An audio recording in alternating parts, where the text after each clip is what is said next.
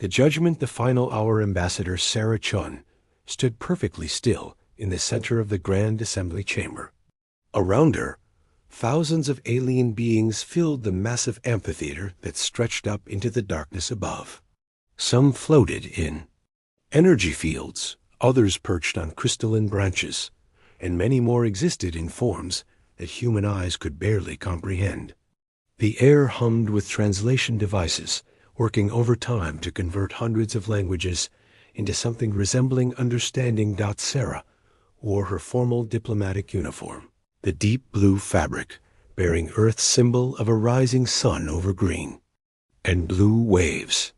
Her dark hair was pulled back in a simple bun, and her brown eyes remained steady despite the weight of what was about to happen. She had served as Earth's voice in this chamber for 7 years, watching humanity's relationship with the Galactic Assembly slowly deteriorate from cautious welcome to open hostility. The Prime Arbiter, a being of pure energy contained within, a shimmering field, spoke in tones that resonated through every mind present. Representative Chun of the species known as humans, you stand before this assembly to receive our final judgment regarding your species. Continued membership in galactic civilization. Sarah felt her heart beating faster, but her voice remained calm when she replied, "I am here to listen to the Assembly's decision, Prime Arbiter." High above in the observation galleries, Admiral Marcus Webb watched through reinforced transparent aluminum. His weathered face showed no emotion, but his hands gripped the railing tightly. At 62, Marcus had commanded Earth's defense fleets for 15 years. His gray hair was cut military short, and his green eyes had seen more battles than most soldiers could imagine. Behind him stood Captain Rachel Torres, his second in command, her dark uniform crisp and her expression focused. "Admiral," Rachel whispered, "our evacuation fleets are standing by. All 847 ships are ready to move on your command." Marcus nodded without taking his eyes off Sarah. "Let's see what they have to say first. Then we'll show them what humans do." When backed into a corner, the verdict falls. The Prime Arbiter's energy field pulsed brighter as it began the formal pronouncement. The species known as humans has been under review by this assembly for the past 2 standard years. We have examined their behavior, their expansion patterns, their diplomatic conduct, and their military activities. Sarah remained silent, knowing that interrupting would only make things worse. Around the chamber, representatives from over 300 species watched with varying degrees of interest. Some, like the insectoid Rex, clicked their mandibles in what she had learned was approval. Others, including the peaceful Sethuri, rippled their tentacles in obvious distress. "The evidence is clear," the Prime Arbiter continued. "Humans expand too rapidly, claiming systems without proper consultation. They modify planets without environmental impact studies. They develop weapons that exceed approved specifications. They form unauthorized alliances with primitive species. Most concerning, they refuse to accept the wisdom of established galactic law." Dr. Elena Vasquez watched from her laboratory on Europa Station, Earth's premier research facility orbiting Jupiter. At 45, Elena had dedicated her life, pushing the boundaries of human knowledge. Her brown hair was streaked with early gray from years of working under artificial light, and her hands moved constantly as she monitored dozens of experiments simultaneously. "Dr. Vasquez," her assistant called out, "we're getting reports from the assembly chamber. It doesn't look good." Elena paused in her work on quantum field manipulation. "Then we better be ready to pack up everything.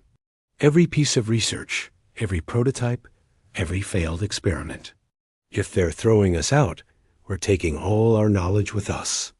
The Prime Arbiter's judgment continued. "Furthermore, humans demonstrate a concerning tendency toward independence. They question established procedures. They seek to modify rather than accept proven systems. They display what can only be described as an aggressive curiosity that threatens the stability. of our carefully maintained galactic order.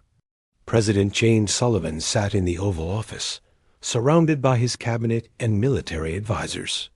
At 58, James had led Earth through its most prosperous period in human history. The former corporate executive had brought business efficiency to government, and his silver hair had earned him the nickname, the Silver Fox, among political commentators. Mr. President, his Secretary of Defense said, Admiral Webb reports that all evacuation protocols are ready. We can have every human civilian out of assembly space within 72 hours if necessary. James leaned back in his chair, his blue eyes calculating. And our military assets? All fleet units are positioned at rally points beyond assembly. Borders. If they want us gone, we'll leave. But we'll be ready for whatever comes next. The point of no return, the Prime Arbiter's energy field shifted to a deeper, more ominous color. Therefore, by unanimous vote of the Galactic Assembly, the species known as humans is hereby expelled from all assembly territories. You have 72 standard hours to remove all human presence from assembly space. Any humans found within. Our borders after this deadline will be considered hostile invaders. The chamber erupted in sounds that ranged from approval to protest. Sarah felt the weight of the moment settling on her shoulders, but instead of despair, she felt something else building inside her chest. It was the same feeling she had experienced as a child when bullies told her she couldn't play with them. The same feeling she had felt when professors said her ideas were too radical. It was the feeling that had driven humanity to the stars in the first place. Prime Arbiter, Sarah said, her voice carrying clearly through the chamber despite the chaos. I want to thank the Assembly for this decision. The unexpected response caused a sudden silence. Even the Prime Arbiter's energy field seemed to pause. Sarah continued, her voice growing stronger. For 7 years, I have argued that humanity belongs in this assembly. I have compromised our principles, slowed our growth, and tried to make use fit into systems that were never designed for us. Today, you have freed us from that burden. A reptilian representative from the Saurian hegemony hissed loudly, Humans think they are better than the rest of us. You will learn the truth in the cold darkness beyond our borders. Sarah smiled for the first time in months. Perhaps we will, but we'll learn it as free beings, not as prisoners trying to conform to someone else's vision of what we should be. The Great Departure, the next 72 hours, became known in human history as the Great Departure. On every human world, moon and space station, the evacuation began with military precision. Admiral Webb's fleets moved through assembly space like a carefully choreographed ballet, collecting civilians, equipment, and resources. On Mars, Colony Director Robert Kim supervised the loading of atmospheric processors and terraforming equipment. Everything goes, he told his teams. Every tool, every spare part, every piece of technology we've developed. They want us gone, but they don't get to keep what we've built. Robert had spent 20 years turning Mars from a red wasteland into humanity's second garden world. His Korean heritage showed in his methodical approach to complex problems, and his engineering background made him the perfect choice to coordinate the evacuation of humanity's most successful colony. Captain Lisa Martinez commanded the evacuation of the Centauri mining stations. Her ships collected not just the miners and their families, but also the massive industrial equipment that had made the stations profitable for 3 decades. Captain, her chief engineer reported, we're taking everything down to the last wrench. The assembly will find empty buildings when they come to claim these facilities. Lisa smiled grimly. Her Puerto Rican accent became more pronounced when she was under stress, but her 20 years in the merchant marine had taught her to stay calm under pressure. Good. Let them explain to their own people why suddenly there's no more rare earth metals from Centauri. Beyond the borders, as human ships crossed the boundaries of assembly space, they discovered something the assembly had never told them. The galaxy was much larger than assembly territory. Beyond their borders lay vast regions of unexplored space, independent worlds, and species that had chosen to remain outside the assembly's control. Commander Alex Park led the first scout mission into the unknown regions. His small fleet of exploration vessels had been mapping the edges of assembly space for months, secretly preparing for this moment. "Admiral Webb," he reported over the quantum communication network, "you need to see what we've found out here." The images that came back amazed everyone. Star systems rich with habitable worlds lay waiting for colonization. Asteroid fields contained enough rare metals to build 1,000 fleets. Most importantly, they encountered other species that had also chosen independence over assembly membership. The Corvin were a race of brilliant engineers who had refused to join the assembly because they wouldn't share their advanced technology. The Nalith were explorers who found assembly space too restrictive for their nomadic culture. The Zephyrians were traders who preferred the freedom of independent commerce to assembly-regulated markets. Dr. Vasquez established her new laboratory on the first world humans claimed beyond assembly space. The planet they named New Frontier had 3 moons and abundant energy sources that made her experiments possible on a scale she had never imagined. "Without assembly restrictions on quantum research," she told her team, "we can finally explore the theories they called too dangerous." The first year, 12 months after the Great Departure, humanity had established 17 colonies across 8 star systems. The refugees had become pioneers, the exiles had become explorers, and the outcasts had become the foundation of something entirely new. President Sullivan visited New Frontier on the first anniversary of their exodus. Standing on the observation deck of the planetary capital, he looked out over a city that had grown from prefabricated shelters to towering spires in just 1 year. "Mr. President," his aide said, "we've received a message from the Assembly. They want to establish diplomatic contact." James laughed, the sound carrying across the busy streets below. "Tell them we're busy building a civilization. They can make an appointment like everyone else." Admiral Webb's fleets had evolved from evacuation vessels to exploration and defense forces. His ships regularly encountered assembly patrols along the border, but the confrontations remained tense standoffs rather than open warfare. Both sides were testing the other, trying to understand what the relationship would be going forward. "Admiral," Captain Torres reported during one of their regular strategy meetings, "our intelligence suggests the Assembly is having second thoughts about expelling us. Several member species are questioning the decision. Marcus studied the star charts showing human expansion. Let them question it. We're not the same species that left assembly space a year ago. We're something new now, something they've never seen before." The transformation was visible in every human settlement. Without assembly regulations limiting their development, human technology advanced at unprecedented rates. Dr. Vasquez's quantum research led to faster-than-light communication systems that made assembly networks look primitive. Human agriculture teams developed terraforming techniques that could make a world habitable in months rather than decades. The message as the first part of humanity's new story drew to a close, long-range sensors detected something that would change everything.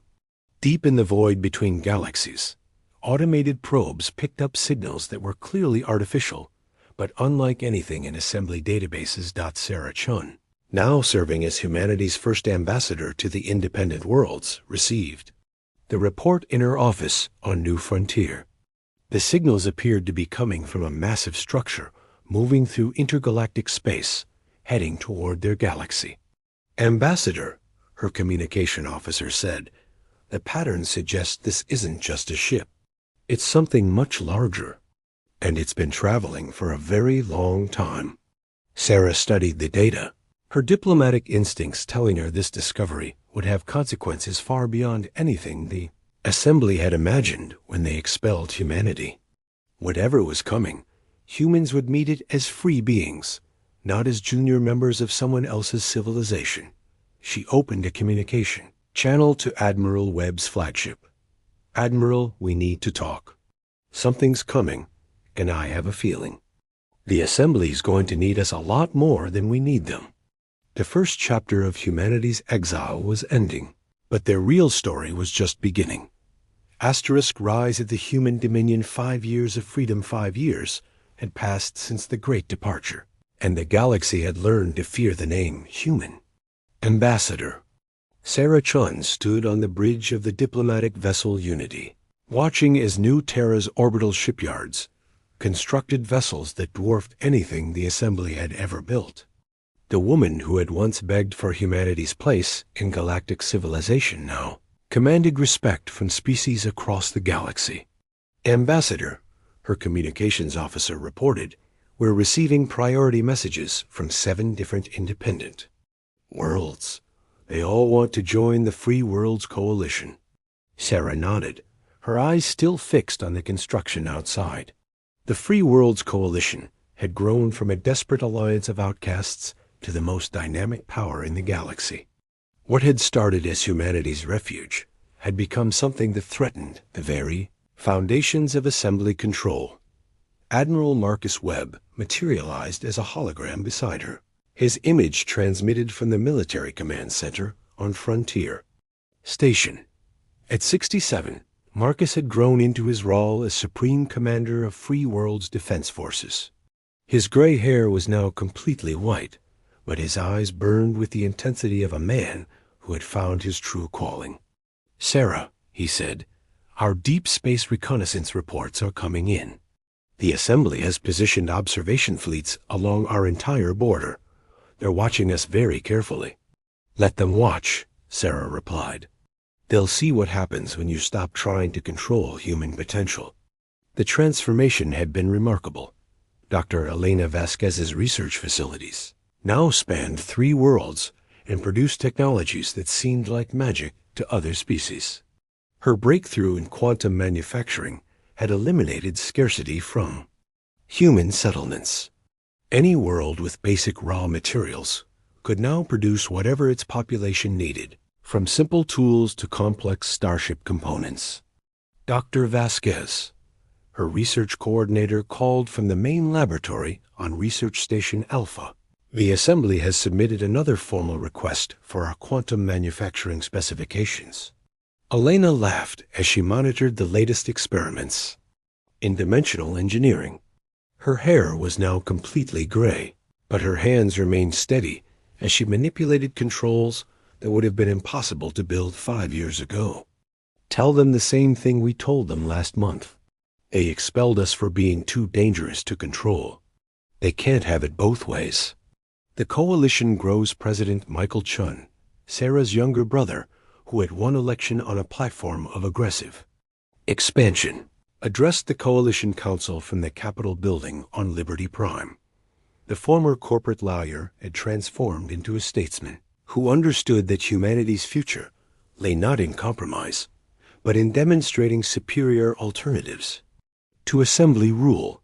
"Fellow citizens of the Free Worlds Coalition," he said to representatives from 47 different species, "today we welcome 3 new member worlds to our alliance: the Altarian Republic, the Vegan Trade Federation, and the Nomad clans of the Outer Rim have all chosen freedom over Assembly membership." The Coalition had become something unprecedented in galactic history. Unlike the Assembly, which imposed uniform standards on all members, the Coalition celebrated diversity. Each species contributed its unique strengths while maintaining its cultural identity. The Corvin provided advanced engineering, the Nalith offered exploration expertise, and the Zephyrians managed trade networks that now rivaled Assembly commerce. Captain Rachel Torres, now Admiral Torres, commanding the Coalition's Second Fleet, received reports that would have been impossible to imagine 5 years earlier. "Admiral," her intelligence officer reported, "Assembly merchants are requesting permission to trade in Coalition space." Their own trade networks are losing business to our more efficient systems. Rachel smiled as she reviewed the tactical displays, showing coalition territory. Where once there had been empty space beyond assembly borders, now there were thriving worlds connected by trade routes that operated without the heavy taxation and bureaucracy that strangled assembly commerce. "Permission denied," she said. "They wanted us gone. Now they can live with the consequences." Technological revolution. The breakthrough that changed everything came from an unexpected source. Dr. James Park, a quantum physicist who had been considered too radical for assembly research institutions, made a discovery that revolutionized faster-than-light travel. Working in a laboratory that assembly safety regulations would never have permitted, he found a way to fold space-time that made journeys across the galaxy possible in days rather than months. "Dr. Park," his assistant said, "the test results are confirmed. We can travel from New Terra to the galactic core in 6 days. The assembly's fastest ships would need 3 months for the same journey." James studied the data with the satisfaction of a man whose theories had been vindicated. Prepare the technical specifications for mass production. Every coalition world should have this technology within the year. The implications were staggering. Coalition ships could now reach any point in the galaxy faster than assembly vessels could respond to threats. Trade routes that had taken weeks to traverse became daily commutes. Most importantly, the coalition could now explore regions of space that the assembly had never reached. Commander David Kim led the first expedition to the galactic core using the new drive systems. What they found there would reshape the balance of power in the galaxy. Ancient ruins on worlds that had been abandoned for millions of years contained technology that made even coalition advances look primitive. "Command," David reported, "we found something incredible. These ruins contain star maps showing the locations of hundreds of habitable worlds that don't appear in any assembly database. Some of these systems are closer to assembly space than our current territories." The assembly sphere, the emergency session of the Galactic Assembly, had been called in response to what their intelligence services were reporting about human activities. A sane prime arbiter who had expelled humanity 5 years earlier now faced a chamber filled with worried representatives. "The situation has developed beyond our worst projections," the prime arbiter announced. "The humans have not only survived their expulsion, they have created a rival power structure that threatens assembly authority throughout the galaxy." The Saurian representative, who had mocked humanity's chances of survival, now spoke with considerably less confidence. "Their technology advances are impossible. No species develops so quickly without stealing from others." "Our intelligence indicates otherwise," replied the Sci-Fi delegate, their tentacles writhing with anxiety. "Human innovation rates have increased dramatically since their expulsion. Without our regulations limiting their research, they have made breakthrough after breakthrough." The Vrex delegate clicked their mandibles in what humans had learned to recognize as distress. 17 species have withdrawn from assembly membership to join their coalition in the past year alone. If this continues, the assembly will cease to be the dominant power in the galaxy. First contact with the ancient threat, the crisis that would test both the assembly and the coalition, came from beyond the galaxy itself. The massive structure that human probes had detected years earlier finally arrived at the galaxy's edge. It was not a ship, but a harvesting fleet of mechanical beings that had been traveling between galaxies for millions of years, consuming entire civilizations to fuel their endless journey. Admiral Webb received the first contact reports in his command center on Frontier Station. The beings called themselves the Devourers, and their message was simple. They had come to harvest the galaxy's resources, including its intelligent life.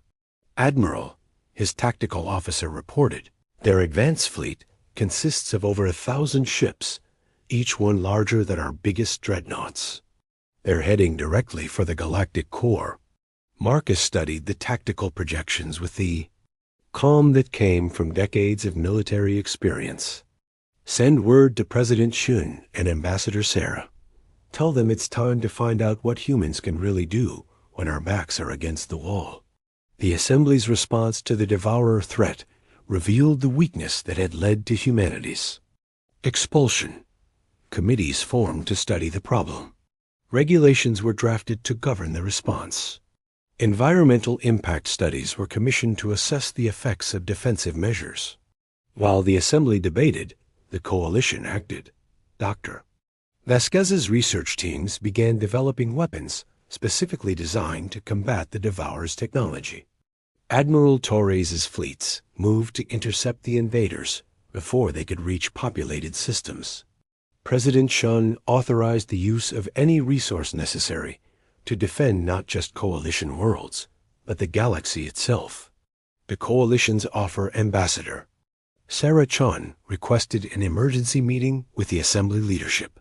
Standing once again in the Grand Assembly chamber, where humanity had been expelled 5 years earlier, she delivered an offer that would define the future of galactic civilization.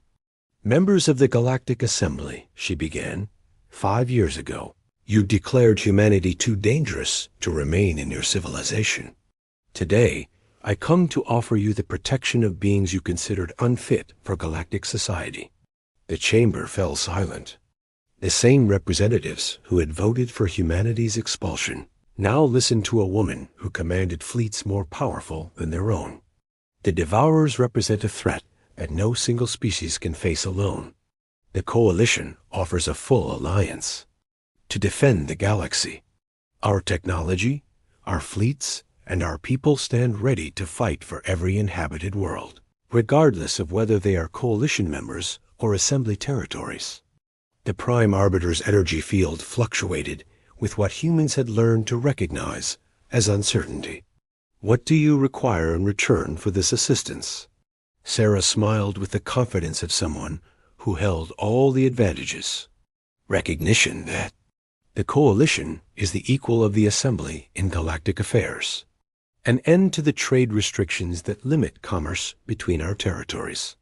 And most importantly, an acknowledgement that different approaches to civilization can coexist without one trying to control the other. The battle for the galaxy, the war against the Devourers, lasted 18 months and tested every advance that Coalition had made.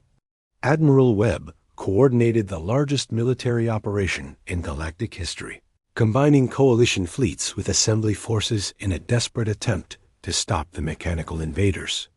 The turning point came when Dr. Vasquez's research teams discovered that the Devourers' seemingly invincible technology had a critical weakness.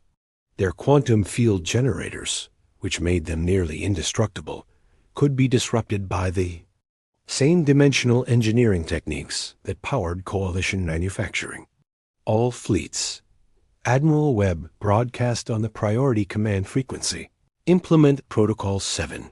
Target their quantum field generators with dimensional disruptors. It's time to show these machines what happens when they threaten our galaxy. The final battle took place in the galactic core, where the Devourers had established a massive processing facility to convert stellar matter into fuel for their journey to the next galaxy. Coalition and Assembly ships fought side by side, their crews working together for the first time in decades.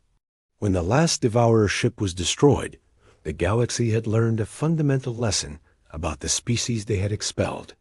Humans didn't just survive adversity, they thrived on it.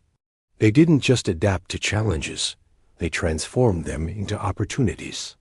The new galactic order, 1 year after the Devourer War ended, Ambassador Sarah Chun stood once again in the Grand Assembly chamber.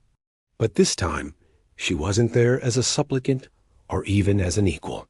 She was there as the representative of the Coalition, which now controlled more territory and commanded more resources than the Assembly itself. Prime Arbiter, she said, the Coalition Council has voted to extend formal recognition to the Galactic Assembly as a legitimate governing body for its member species. We look forward to a future of cooperation between our civilizations. The words were diplomatic, but their meaning was clear. The Coalition was now the dominant power in the galaxy, and the Assembly existed at their sufferance. The species that had been expelled for being too dangerous to control had become the protectors of the very civilization that had rejected them. President Shun, addressing the Coalition Council on Liberty Prime, summarized the transformation that had taken place. 5 years ago, the Assembly told us we were too dangerous for galactic civilization. They were right. We were dangerous to their way of thinking, dangerous to their systems of control, dangerous to their assumptions about how intelligent species should live. He paused, looking out at representatives from over 200 species that had chosen Coalition membership over Assembly authority. But we were never dangerous to the galaxy itself. We were dangerous to those who would limit the potential of intelligent life. Today, we stand as proof that diversity of thought, freedom of action, and the courage to question established authority are not weaknesses to be controlled, but strengths to be celebrated. The final message of humanity's journey from exile to dominance was simple. Sometimes the greatest gift you can give someone is to stop trying to help them and let them show you what they can really do. As Sarah Chun walked out of the Assembly chamber for the last time, she reflected on the journey that had brought humanity from desperate refugees to galactic leaders. The Council had cast out humanity because they feared what humans might become. They had been right to fear, but wrong about what that meant. Humans had become exactly what the galaxy needed, a species willing to challenge the impossible, embrace the unknown, and fight for the freedom of all intelligent life. The Council's greatest mistake had become the galaxy's greatest gift. The stars belonged to those brave enough to claim them, and humanity had claimed them all.